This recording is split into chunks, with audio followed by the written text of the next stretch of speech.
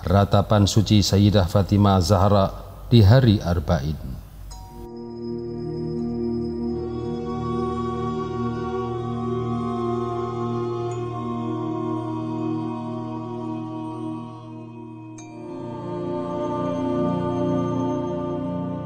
Kisah dari salah seorang jamaah yang akan melaksanakan ziarah Arba'in yang bernama Yahya Barmaki.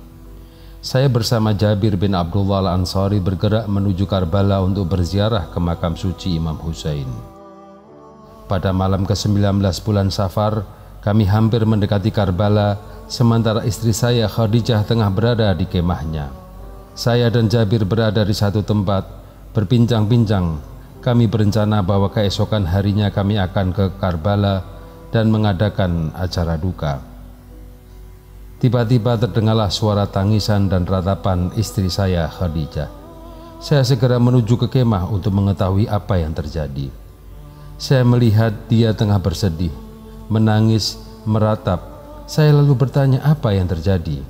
Dia menjawab, "Di alam mimpi aku melihat Sayyidah Fatimah Zahra alaihissalam dengan mengenakan pakaian serba hitam bersama 4.000 bidadari membawa panji-panji duka memasuki padang Karbala. Tatkala pandangannya tertuju pada kubur Al-Husain Al-Madlum, serta merta Sayyidah Fatimah meratap dengan ratapan yang muncul dari kedalaman hatinya sehingga bumi dan langit pun bergetar.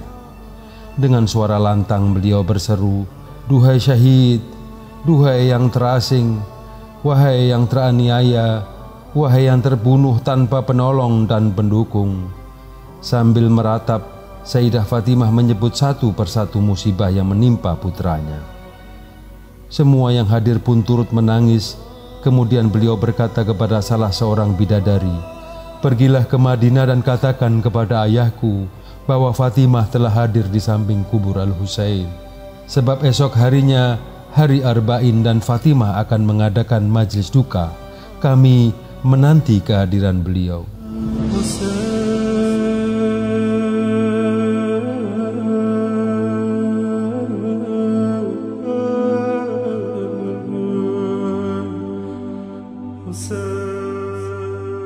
Kepada bidadari yang lain beliau berkata, 'Pergilah ke Najaf dan katakan kepada Ali.'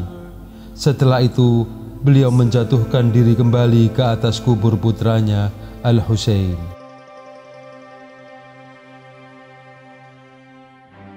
Tak lama kemudian datanglah dua orang berwajah putih, sementara di belakang mereka tampaklah seorang pemuda yang mengenakan baju warna hijau. Saya bertanya kepada salah satu bidadari, 'Siapa mereka?' Dia menjawab, 'Yang pertama adalah Rasulullah Shallallahu Alaihi Wasallam, yang kedua adalah Ali Al-Murtadha, dan yang ketiga Al-Hasan Al-Mujtaba.'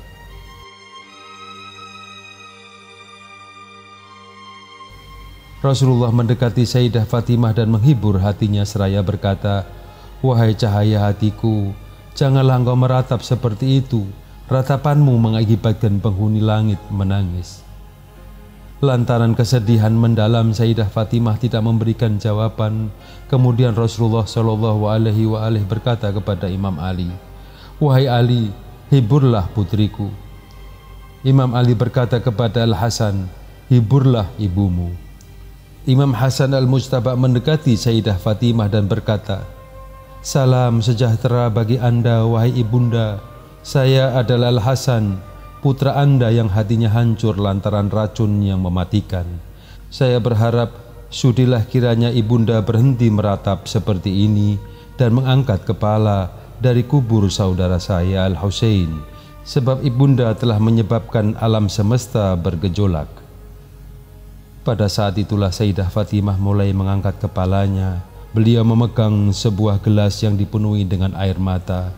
Lantas beliau memberikan gelas itu kepada Al-Hasan seraya berkata, 'Anakku, simpanlah gelas ini yang di dalamnya terdapat air mata dari orang-orang yang berduka atas Husainku.'